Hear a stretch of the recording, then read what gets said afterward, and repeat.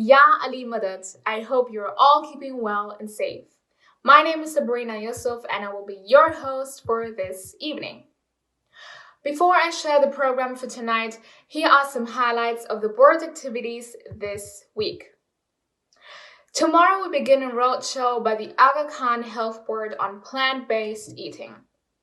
The coronavirus pandemic has reminded us all of the importance of looking after our physical health and highlighted the increased risks of developing severe COVID-19 with underlying medical conditions, such as diabetes and obesity.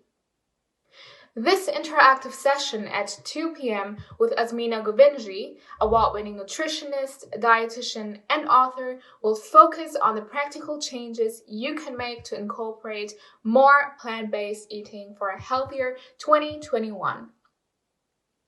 In the evening, at 5 p.m., the Aga Khan Youth and Sports Board, AKYSB, invite you to the next installment of the online chess tournament of 2021. The Aga Khan Education Board are hosting an informative session in German that will provide you with tips and techniques on how to read to your children and help them develop communication skills that are necessary to succeed in the future. Whether it's learning about colors or valued life lessons, stories help children engage with the world around them. So join on Sunday at 5 p.m. On Thursday, join the physical exercise class, this week with Bolly Beats, which will be on 8 p.m. with the beginners class and 8:30 p.m. for the intermediate class for anyone wishing to keep fit and stay active, especially whilst gyms are still closed. In celebration of International Women's Day 2021, the Women's Activities Portfolio invite you to join them for a unique online event on Thursday at 8 p.m. with a classical sitar opening, followed by diverse speakers from around the globe, sharing their personal stories. This year's theme for International Women's Day is Choose to Challenge. In this event, speakers will share true stories of how they created change from challenge in their lives, inspiring us to choose to challenge for ourselves and others. Everyone is welcome, all genders, diversities, backgrounds, faiths, including non-Ismailis. We also have our English language program called My Language Journey being run by the Aga Khan Education Board. This is an online course with a live teacher for an hour a week. Any level can apply to join, and we have students as young as 9 all the way through to 60 joining. We currently have 150 students enrolled from all different backgrounds: India, Pakistan, Syria, Afghanistan, Tajikistan, and from all over Europe. Class times vary per level, but are flexible to make it easier for the student to join. We would love to welcome even more students, so if you want to learn the basics or prepare for university or work, please contact the Aga Khan Education Board or email them at mlj.akeb@iiuk.org. The Aga Khan Education Board is also looking for teachers to teach in English as volunteers. So if you can speak Hindi, Gujarati, Arabic, or Farsi, that would be an added advantage. If you're interested, once again, please contact the Aga Khan Education Board or email them at mlj.akeb@iiuk.org. And now, on to tonight's program. Tonight we'll be starting off with the Sportshow with our racing queen, Nabila Tijpar, who's a UK rally racing driver, as shares a story on her need for speed. This will be followed by a wonderful concert as the Aga Khan Master Musicians perform at the Royal Albert Hall, which was part of the Jubilee concert series in June of 2018. That's all for me. I hope you enjoyed tonight's program. Continue to stay well and stay safe. Ya Ali Madad.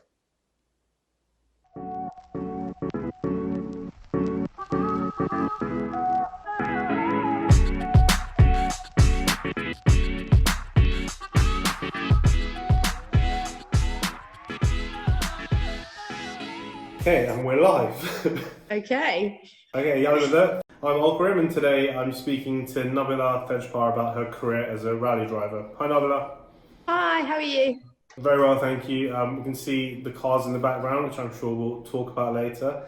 I was asked to put together some info about you, and I wasn't sure what to say because we know each other, but I didn't know a whole lot about your career. So I put your name into Google, and I think over 1,000 hits came back, which, if nothing else, shows that you're super famous. And the gist I got was that driving is in your blood, and it's part of the family tradition, and that's essentially how you got into it. But I guess the first thing that everyone would want to know is that, how did that all start? How old are you? That sort of thing. Of course. So I've been driving now for about 5 years. I actually started quite late. I tried a rally car when I was 16 for the first time, but I always joked when I was a little kid saying, I want to be a racing driver when I grow up. And obviously, no one ever thought anything of it. And it wasn't until a friend of mine bought a car down to near where I live and I tried it and I sort of sat in the car and drove it. And I was like, oh my God, I actually love this. Like, this is what I want to do with my life. And so I took that information back to my parents and they laughed at me. Well, why do they laugh at you? Because they're like, as if, like, what? That doesn't make any sense. Why would you all of a sudden want to go into rallying? Like, that doesn't make any sense. So my grandfather and my father used to compete, and Dad did it at quite a high level. But unfortunately, my grandfather passed away when he was quite young, so he had to take over the family business. In which case, that meant that his rallying career was over for him, sadly. But no, so we ended up doing. So I ended up saying to my parents, I really want to try this and I want to get my license and see what happens. But my mum said no.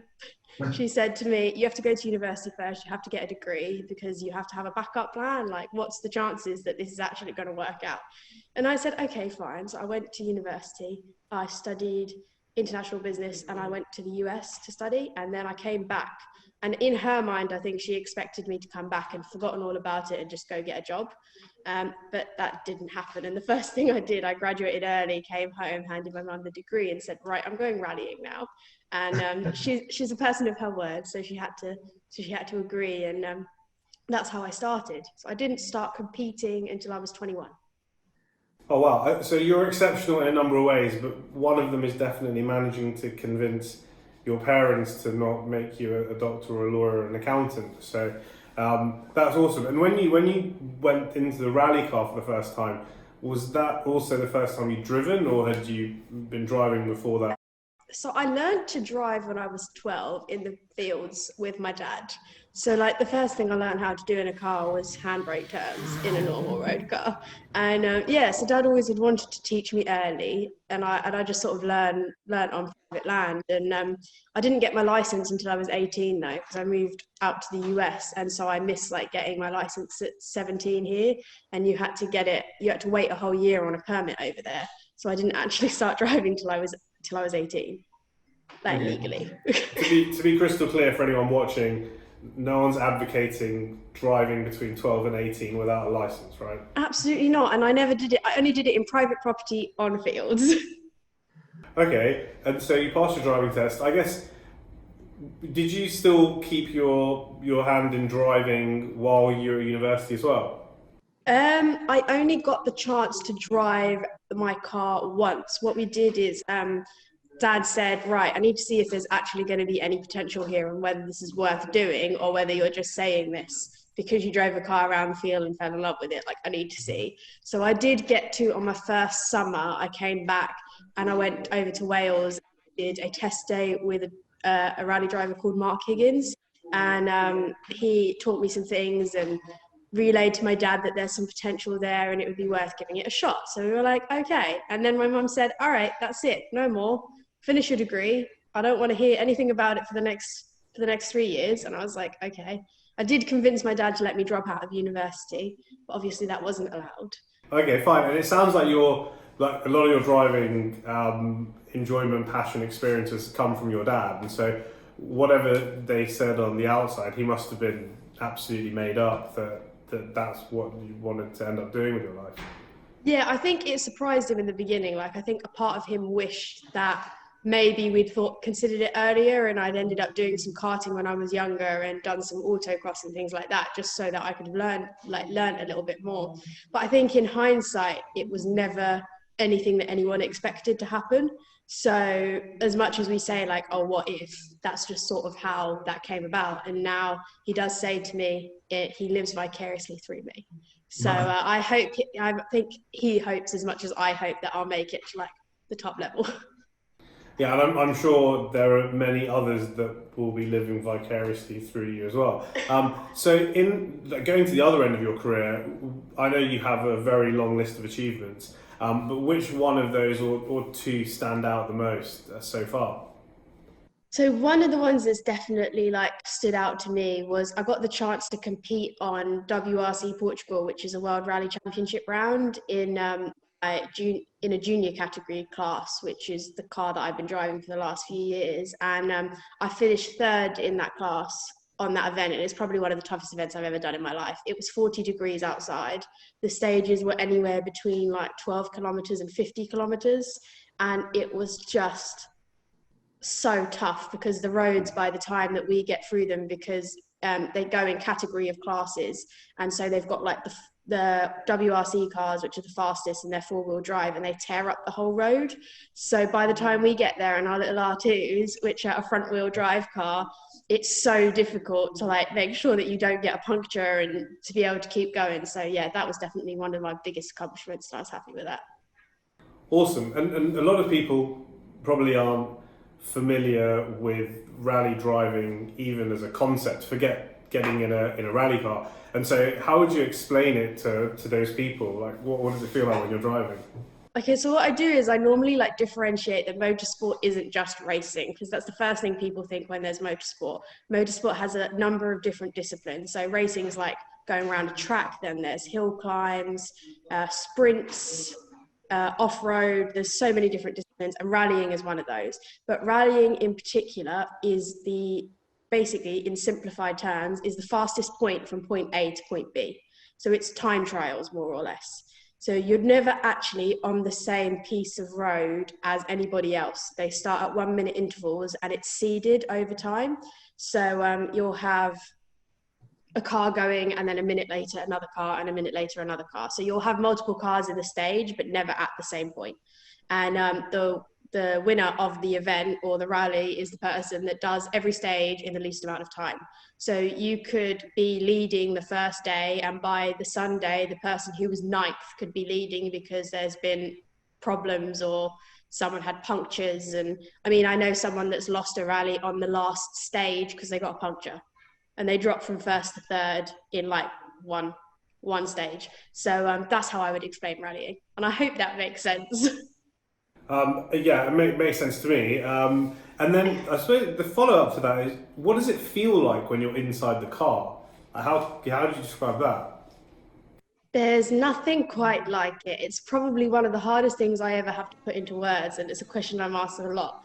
But just the feeling of being in in the car. Obviously, you've got your co-driver who's calling pace notes to you. That's also another differentiation in rallying. We have a second person in the car. So we don't actually know where we're going. 2 days before the event, we write all of our pace notes, which is basically the guide.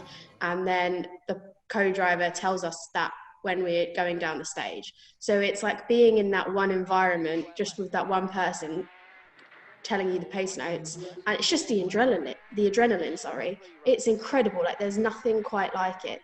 I don't think about anything else when you're sat in that car. Like you just sort of end up zoning into yourself and just feeling the road and the car and like the conditions that are coming at you, and it's just incredible.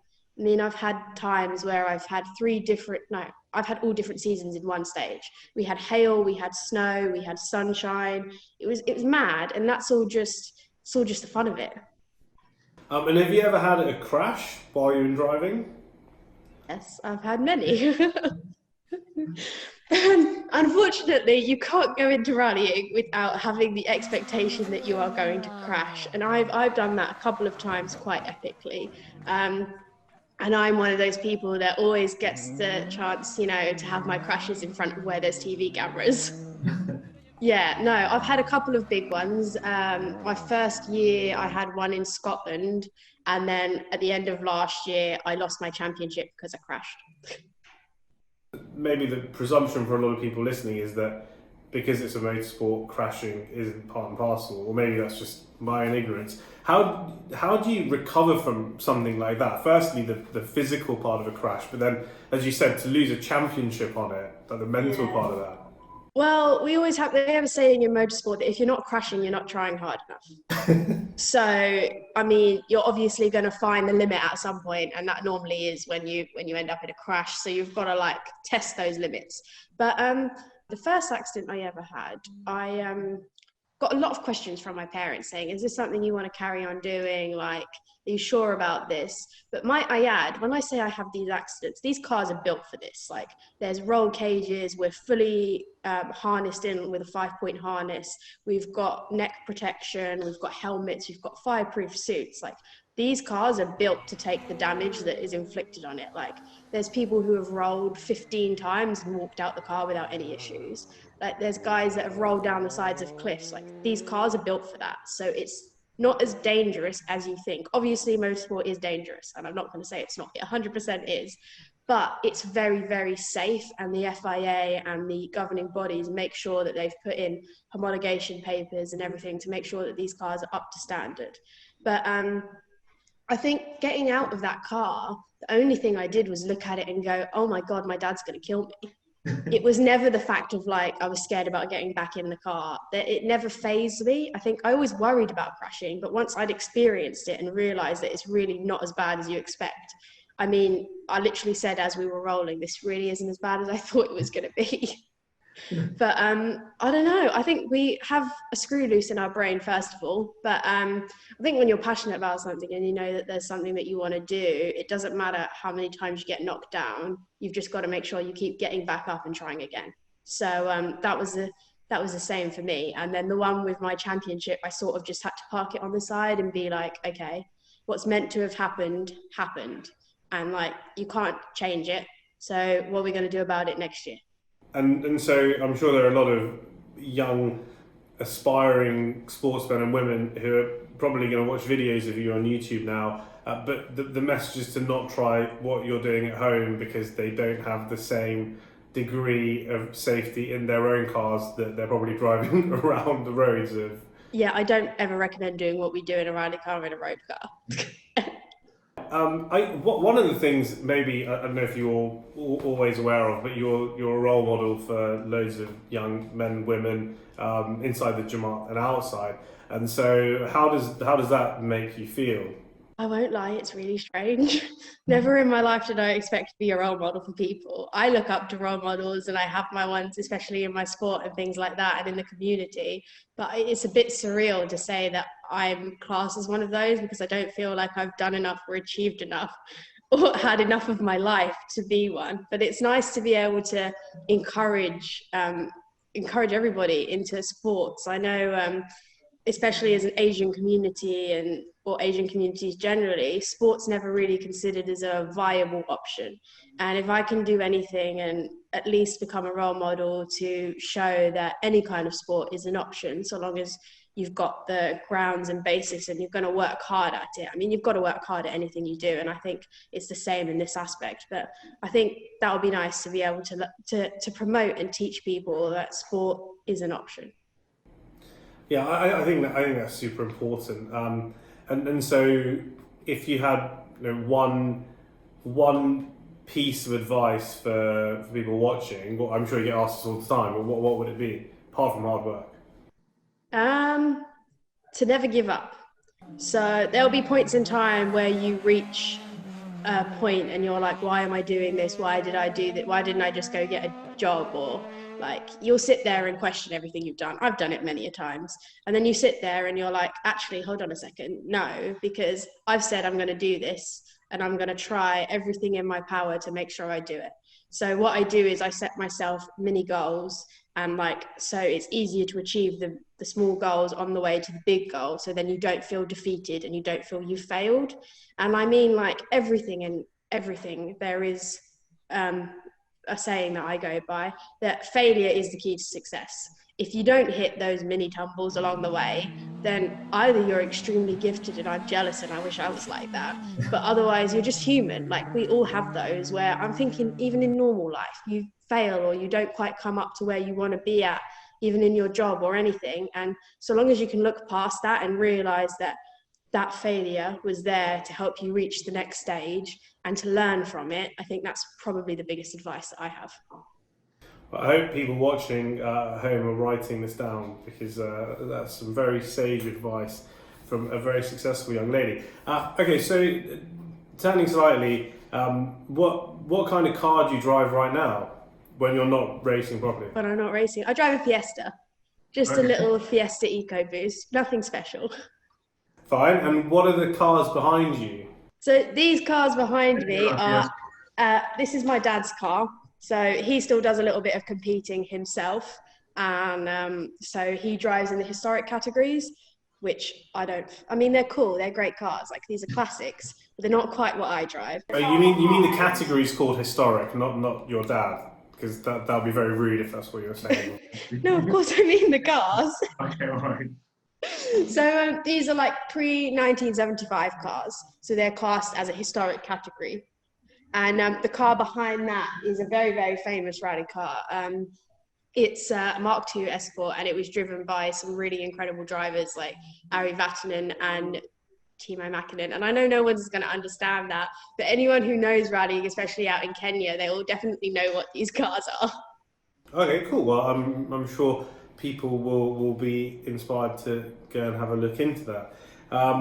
Okay, and you've talked about your dad quite a bit, and yourself as a role model. Who have you looked up to through your career, either in rally or outside rally? So there's a few people. So definitely my parents, and not just my dad, my mum. My mum is one of those people that like just knows what to say at the right time. And I think that's super helpful. And I'm very lucky that I've had the support of my parents through all of this. So they're definitely role models to me and what I wish to and hope to be like in the future. And I do have a few within rallying.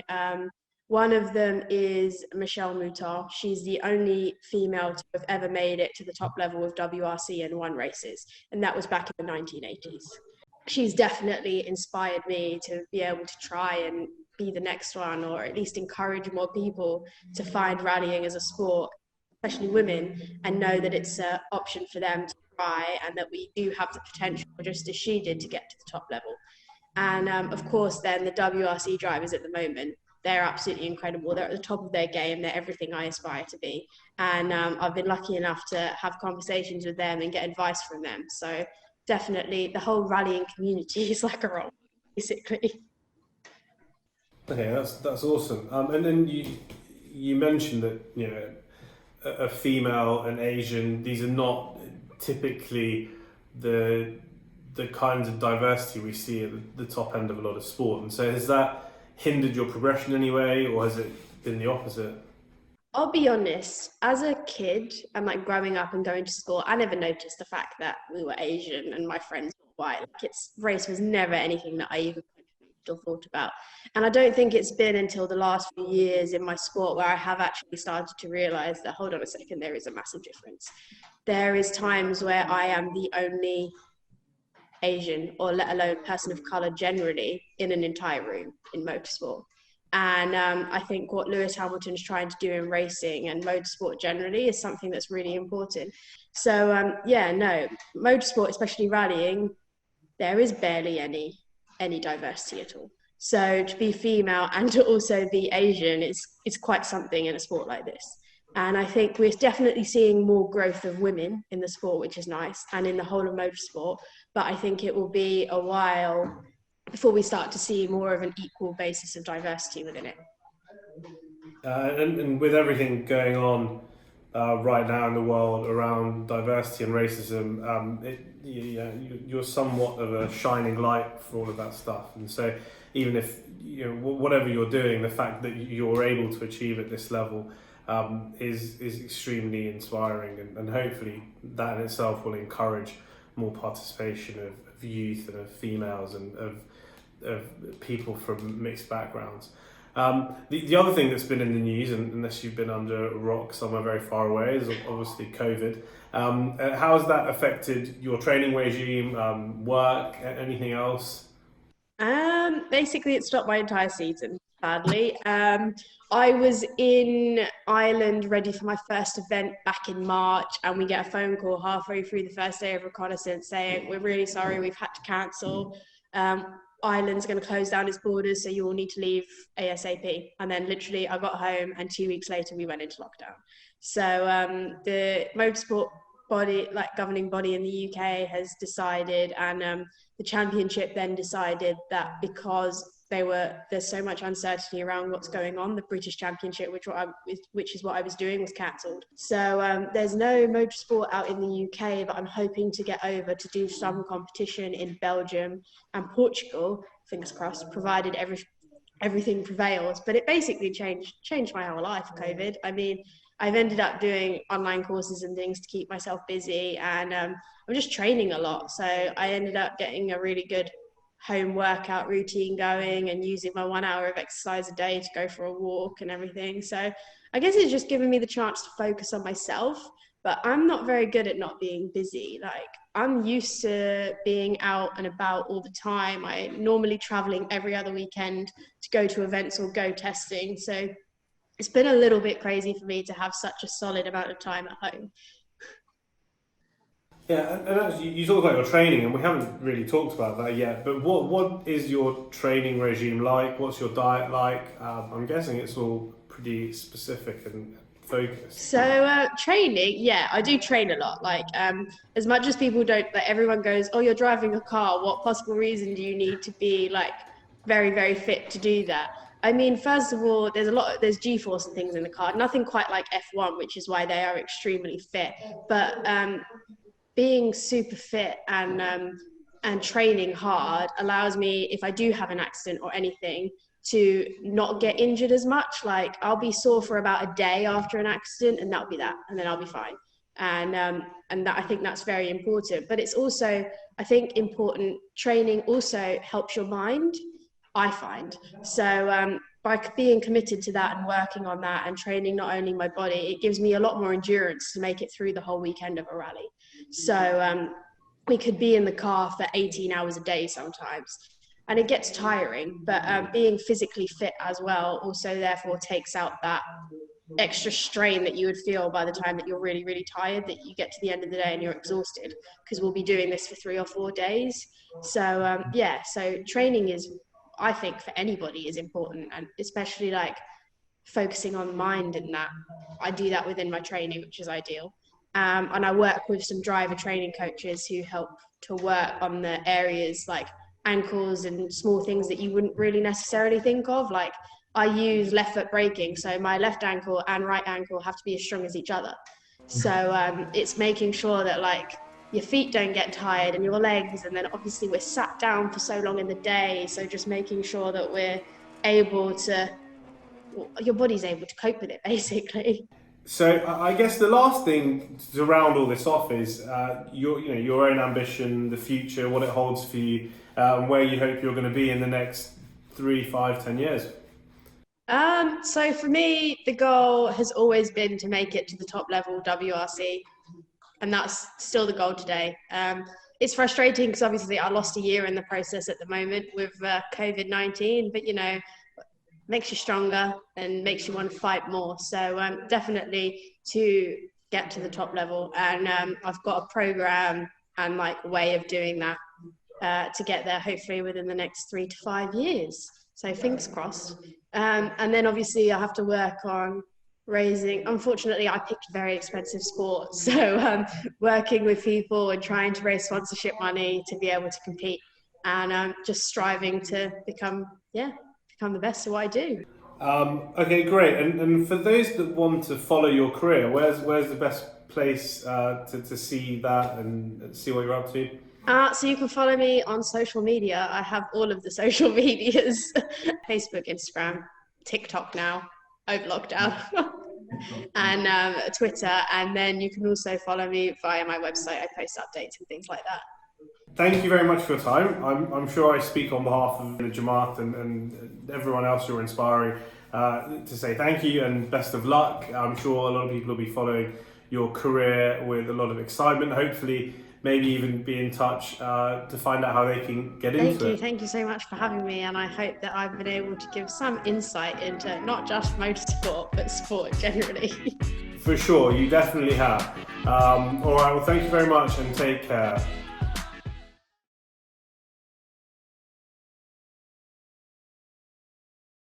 The Jubilee concert tonight will feature the master musicians of the Aga Khan Music Initiative, showing off some of the greatest musicians in the Islamic world and elsewhere. But as has been traditional with Diamond Jubilee events, we're going to open the concert with the Nasheed Al-Imama anthem. Please be upstanding.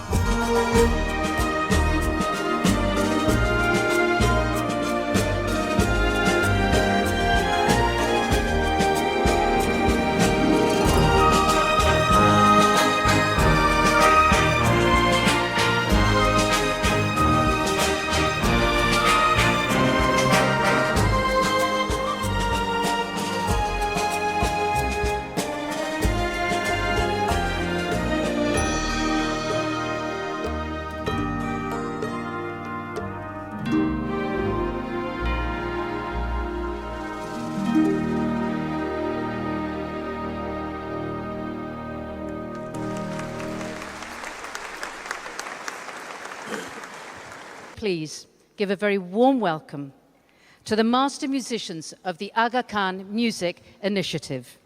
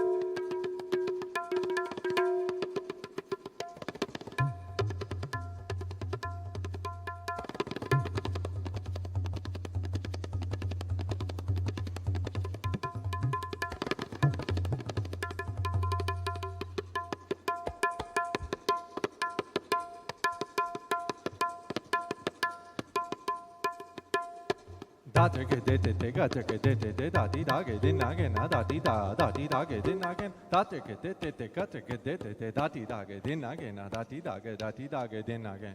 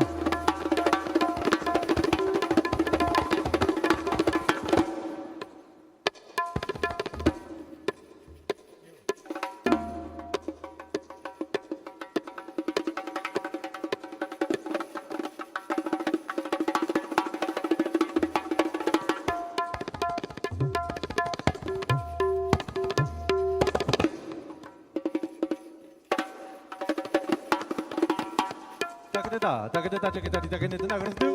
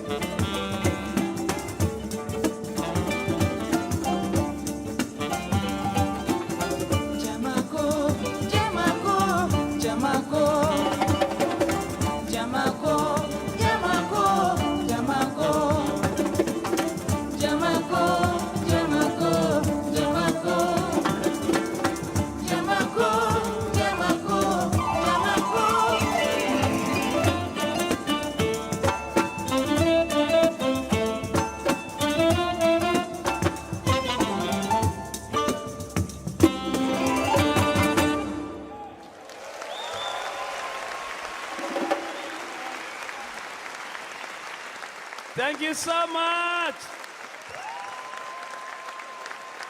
Thank you.